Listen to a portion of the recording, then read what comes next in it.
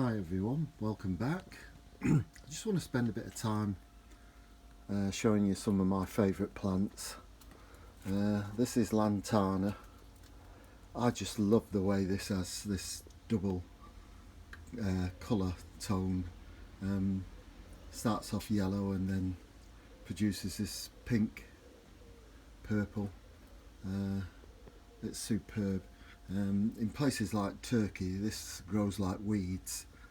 It's everywhere you look. In this country it won't withstand our winters, but if you can manage to keep it so it doesn't drop below about 45 Fahrenheit or about 8 centigrade, then it will come up next year and it'll produce a huge plant. They're not expensive to buy in the garden centres. I saw some only today and or yesterday, lose track of time. There was one which was pure yellow, which was absolutely gorgeous, and another one which was a real magenta red. Superb plants if you can keep them going. Something else I wanted to try this year was this Achillea. It's an indoor plant. I bought a corm and put it in, and it took months, literally months, for it to germinate and come up, but it's doing quite well now. There's all sorts of different wonderful colours of this, and you can put it out in the summer. It doesn't like strong sunlight because the leaves are like paper. They're paper thin, absolutely a bit like lace. You could probably see my fingers through it, but they're such wonderful, graceful plants. One of my favourites this year. So I'm going to try that out, but I'm going to somehow have to keep it. It won't survive cold weather, so I'm going to have to keep it indoors at the end of the year. It will die back. Other things that I'm really pleased with this year, there is, with all the rain that we've had, there is quite I don't know what you'd call it really. The petunias have been attacked. I did have a huge one, which same as in this tub, but I had it in this tub and I had to take it out yesterday because it completely died off. Normally I would have thought it was something like vine weevil attacking the roots for it to just wilt the way it did, but I couldn't find any sign of what vine weevil when I dug it up. This is my standard fuchsia, which I'm really pleased that I showed you. I took it as a cutting last July, August, something like that, and it's grown to be, well, about a metre high, not far off a metre high, and it's got tons of flowers on it. Grew the stem up and then just pinched the top out and kept pinching it a couple of times, and now it's branched out. And next year, if I can keep this frost free, it doesn't matter if it drops its leaves, as long as it doesn't get frosted, it will sprout again, and next year it'll be twice the size, but it'll need some sophisticated staking to stop the wind from causing damage to it, because when the wind blows, these things are very prone for branches to snap off and stuff like that. One of the best I've ever seen this year is my oleander. I've had years when it's had this many flowers on, but they've never opened up. But this year, because I've kept it underneath this shelter with the corrugated plastic roof, it's just raised the temperature under here. Because again, this is a tropical plant, grows in places like Italy and Spain and Turkey. This one's a double, as I've said, and it's coming out all over. Just spectacular. And I overwintered it under this as well, so I'm even more pleased because it's getting too big now to put in the greenhouse and too heavy to carry. But I've been thrilled with it. Just again, some of the plants I'm growing for this sale, which I told you about, which is on the 24th of July. 10 in the morning till 4 in the afternoon.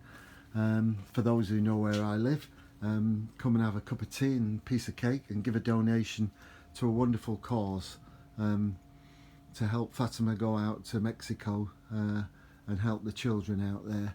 So some of these potted plants are up for sale. My calla lilies have started to come out now. Another favourite. They don't last too long, probably about 4 or 5 weeks before they start going over, but another lovely plant. I've also got these summer bedding plants which I've potted up, and they'll go on right through to the end of the summer, and those are going to be sold at the plant sale. My hydrangea is starting to come out, and in another week or two, when it's in full flower, the scent will just be absolutely heavenly. I've not come across many hydrangeas that have scent, but this one is absolutely brilliant. Love it to bits. The garden's looking reasonably good. Hanging baskets have done exceptionally well again. I'll tell you a little bit more about them in a minute, but I'm very pleased with the way things have been going.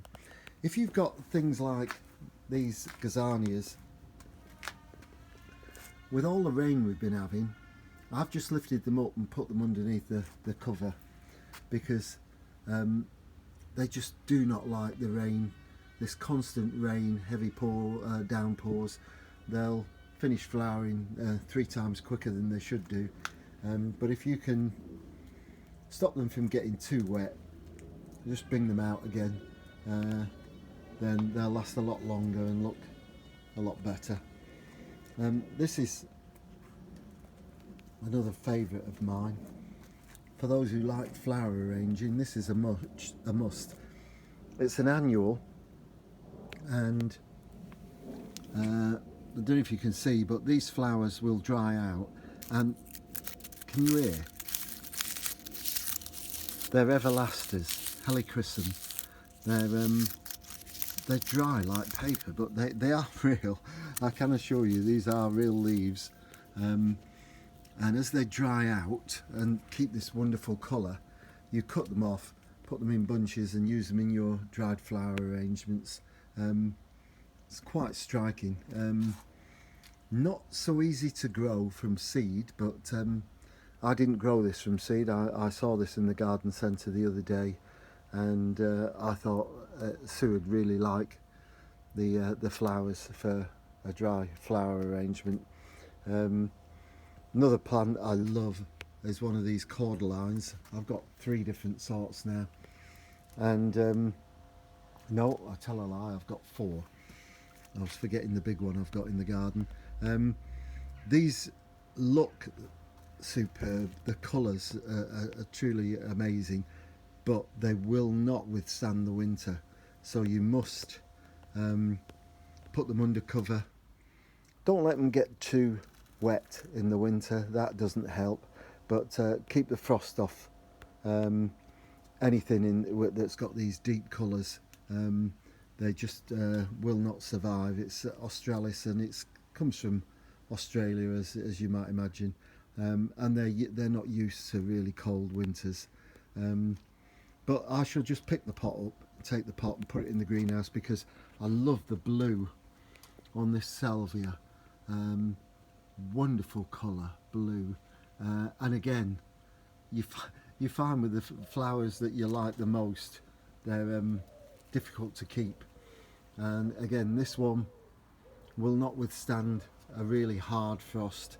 So if I just pick the pot up and put it in the greenhouse, the white fuchsia that I've got here has been, I think you can see there, this will be lovely in another week or 2 when it gets bigger. And the colour contrast with the white and the blue and the pink will be really lovely. So that'll carry on for another week or 2. Cannas are difficult to grow sometimes, but they do really well in this garden in pots. And and I feed them once a week, sometimes once a fortnight, just with a liquid feed, and these hopefully will grow to about 4 foot by the time they flower, and about 5 foot with the flowers on. So that'll be quite a nice feature. The succulents that are growing, I showed you before, they're doing well. They do not like extensive rain, so try and keep them a bit on the dry side. I wanted to show you, I bought some sweet peas, just a small little tub. I think it cost me $4.99, I think I told you. We've already had one crop of flowers off it, and the thing with sweet peas is pick. Just keep taking the flowers off, and that will help them to continue flowering right throughout the summer. Scent is lovely in the house. They don't last too long, a week or so indoors. You might be fortunate and get them to last a bit longer, but they're such wonderful flowers for scent, and you'll get 3 or 4 flowers on each stalk, and put 10 or 15 in a vase, which we've got at the moment inside, and just bring a lovely bit of joy into the house with the scent and everything. The Achillea, one of my favourites. It's getting such a lovely colours that they've got now, with the vibrant yellow, the red and the pink that I've got further up here. This pink one again, love the colour contrast with the flowers, with those white centres, and then the pink. These are lovely, and you can use them as cut flowers if you've got huge clumps in the garden. That's the thing to do. I've been deadheading as much as I can, but it does take up a lot of time in the garden, but it will continue to increase the number of flowers you get. One of my favourite herbaceous plants, Helianthemum, Leucanthemum, and these are these daisies. There's about 4 sorts that I used to have. I think one of them's died off. This is one of my favourites. The one in the background, I think, is the same shape of flower, but it's slightly yellow petals instead of white.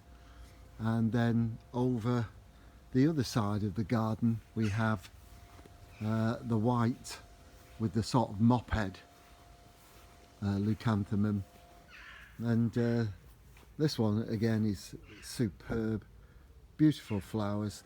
Again, you can use these as cut flowers. They'll last for a month or even longer in the garden if you don't cut them. Obviously if you take them indoors, they're only going to last a week or so. I had a real problem this year.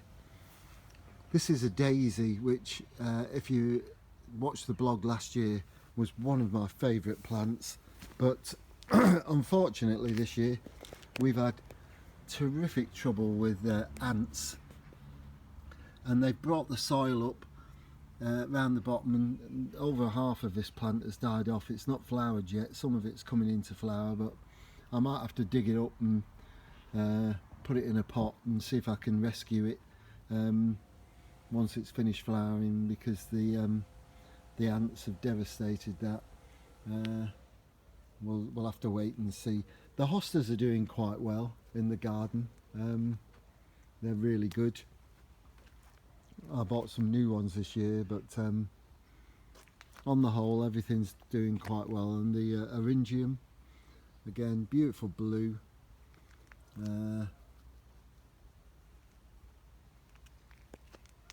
I love the contrast with the spiky foliage. Something I didn't tell you last time, which I find really interesting and good. I don't like the borders to be so compact that the foliage overlaps considerably and causes stuff to die off really, and I do like to see a little bit of soil in between all these plants. That's Helenium, which is about to come out in flower. So what I do with, because I've planted up quite a bit, I will cut back. I mean, for instance, I haven't staked this, but this limb that's coming off here, this really, if it's spoiling everything else, take it out. There's quite a nice root on the end of this, so I could, don't know if you can see that, I could cut that off and pot it up and make a new plant out of it, but I have got quite a few of these, so I won't bother. The Astrantia is lovely. So don't be afraid of hacking back leaves that are overhanging. I did with this daylily that comes up. It's beautiful variegation, it's about to flower now, but it was overhanging the petunia, and so I don't know if you can see there, I've cut the back a lot of the leaves, just reduce them with a pair of scissors. It's easier to see what you're doing with a pair of scissors. My wife threw out some old kitchen scissors that she no longer wanted, that were blunt, but they work really well in the garden, so they're ideal for cutting back these plants and stopping them from getting too big. And as soon as this salvia, which I've really liked this year, has gone over, which won't be too long now, I'm going to hack that back by about 50%, and that'll allow us to see the other plants that are in the garden there. So don't be afraid. I've just cut back this Sorbaria because that was covering up, I'll think of the name of it in a minute, but it's totally gone now. Nerines, the nerines that are here, these will be spectacular in September. Beautiful colour. So I've cut back the Sorbaria. That'll do two things. It'll produce the lovely orangey new shoots, which I've told you about before. So if you keep that cut back, you'll get new growth each time, and it'll give you that colour, extra colour. And also it just means that everything else isn't getting swamped.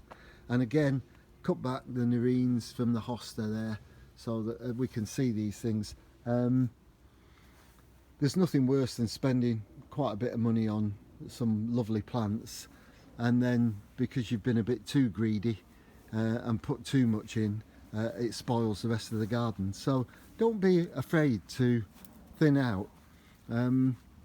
That's where I've got all my stock from for the church this year. In doing the church gardens, 90% of it came from my garden. The Crocosmia here is getting to the stage where these really want 50% taken out. So it's the wrong time of the year to dig them up, so I can't sell them at the moment, but next year they'll be fine. Some other jobs that I've been able to do, last year these begonia baskets were amazing. That was this one in particular, and I did want to put pink in, and I thought I'd bought some pink dahlia tubers from the garden centre, but it turned out that they weren't what they were supposed to be. But what I did do was I bought these extra hanging baskets. These are a lot bigger than the ones that I've just showed you, and bigger is better. Not that I want bigger flowers, but having the larger basket has made it that they don't dry out. The front ones will go 2 days without any water, whereas the back ones need watering every day. Because there's not as much soil in there, but there's as much plant growing, it just means that really they need watering so much more. So what I'm going to do is next year I'm going to buy a couple of more baskets. I think they were about $5.99 for from the garden centre, and I shall use the stock tubers that are there. They'll be big enough this year to divide up again, and I'll get at least four out of one. I had a lot of water damage on these delphiniums. Absolutely gorgeous, aren't they? One snapped off, we've put it indoors. There's some there that you can see is bent. Just the amount of rain that we've had, it's just been ridiculous.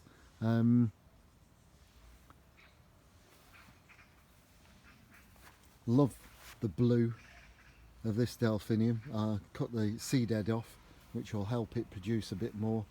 Another job I've done, I don't know if you can notice, but this campsis, I've turned it into a lollipop because I couldn't see through it, and there's so many lovely flowers in this border. So I've cut back most of the main stems and taken out all the bottom greenery so that I can see through. I can see the pineapple plants at the bottom there much better. Everything's better than it was. You can see the results of the Chelsea chop. It works especially well on sedums, but this would have been twice as tall by now, and at the front of the border that's not what I wanted. But this is going to flower, and it'll only be about 18 inches from the top. So that I'm really pleased with. A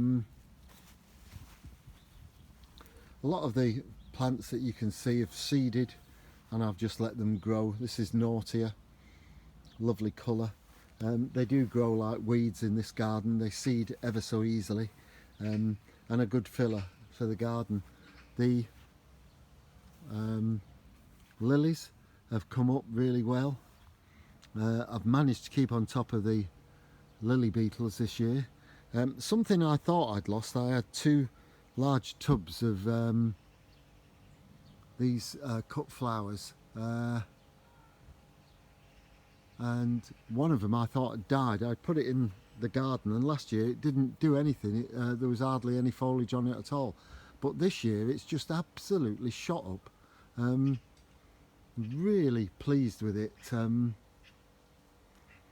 Again, we've got lots of the salvias, which I've grown, have come into flower. Sedelsia. This is another one which does really well in the garden. The rhubarb, I'm on my third crop of rhubarb. With all the rain, it struggled in previous years, but this year it's absolutely adored the amount of rain that we've had. So it swings and roundabouts. Some things you lose that don't like the rain, and other things love the rain and benefit. So that is one of the benefits of all the rain we've had. This is the well, I thought it was yellow, but it turns out that this Achillea is more orange than yellow. But when I bought it, it was supposed to be yellow, but it's I think it's definitely more orange than yellow. But whatever it is, it's lovely. Again, the cut flowers. There's my Brugmansia. That's had about 10 flowers on it already. You can see one starting to come there. They don't last. There's several flowers at the top there. They don't last more than about 5 days before they start turning, but they have been really good. Other things that you can, these asters, they're going to get another foot before they flower, but they're the sort of things that you can give the Chelsea chop to, as you can with the phlox behind them. They're coming into flower now, so that's just about the right height for what I want with the phlox, so that's worked out quite well. Don't know if I showed you my next door neighbour. I've given him a hand and I've cut back his pyracantha hedge. This has let so much more light into my bed, and his garden looks superb. He's got to continue chopping it up and taking it out, and hopefully we're going to reduce the size of this chestnut at some point if I can get round to it, and maybe even take out or reduce this beech tree, which has been in for about 10 years and it's already 25 feet tall. This will totally block out the light to his garden. You have to be careful when you put in these sort of plants that you choose the right one for your garden. My garden's not that big, and therefore the variegated maple that I put in, it's been in for 35 years and it's still only about 20, just over 20 foot tall. And the liquid amber can grow really big. I mean, it can get to 50 foot or so, but it's not growing as fast as that in my garden, although it is growing. And maybe in a year or two I might just get the long arms out and take 4 or 5 foot off the top and keep it a little bit shorter. But on the whole, everything's growing really well. The garden scissors that I told you about that I used the other day to give this its first summer trim. Doesn't matter if you make mistakes with things like this. I've already made a mistake. I'll try and see if you can see. This top round one, I took one of the limbs off. I think you could probably see there was another branch going out. I took it off and then realised that it wasn't as round as I wanted it to be, but it will fill in. Or I could probably take that one off, which would, in fact, that's probably a good idea. Take that one off and that would make it rounder and give us a little bit more of a gap there. But for a first attempt, never done it before, I'm really pleased. You call it a cloud tree or whatever you want to call it, but I think it's going to look really nice in a year's time or two, and those balls will get really thick and round, worth the effort. Something that I tried, this red rose that's I've put here to shield this back area has done really well, but I also put in a white rose and this isn't doing at all well. It's hardly grown. They were put in at the same time, they were both the same size. This has had several limbs growing on it over the last 2 years that have died off, and now there's just this one. So I'm going to let it flower this summer, and then I'm going to dig that one up and I'm going to transplant it and see if it does any better somewhere else in the garden. The greenhouse, the greenhouse is doing all right. I think I showed you already the some tomato plants that I've got, somebody's given me for the plant sale. At the end of July, my cucumber is not far off, my first cucumber. I'm thrilled at the amount of cucumbers, seeds that are starting to be produced on this. Normally you get 80% male flowers that don't produce cucumbers, but this particular cucumber that I bought is doing really well. As soon as I take the mature cucumber off, all the goodness will then go into the next biggest cucumber, so which is probably that one there. So that'll start taking, and the tomatoes are starting to come. So now you need to be feeding most of these things at least once a week, water feed with tomatorite, something like that. I do really well. I've also taken quite a few chrysanthemum cuttings. These are a much bigger reflex chrysanthemums that I'm going to try. The only trouble is they take a lot of looking after, a lot of feeding, and I'm not sure I'll find the time. My banana plant is this is the hardiest of the bananas, and that's it's not huge, but it's doing all right, and I'm hoping that this will survive the winter. My other banana plant's starting to take off, and this year I'm going to do as Monty Don suggested. I'm going to cut it right back, so that about here I will cut it straight off, tip it upside down, leave it in the pot, tip it upside down and allow it to drain. So I'll support the pot and leave it for a week or so or two for all the water to drown out of this to drain out of the stem. These stems are 90% water, and you'd be amazed at how much sap will come out of that when you cut the leaves off. And it's because it's got so much water in there that the slightest bit of frost will cause it to die off in the winter.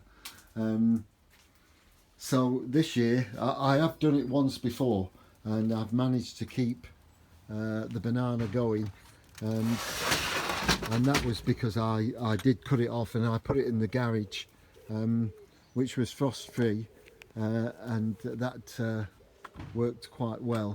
And the next year I had a huge tomato plant, banana plant. This is my Brunnera.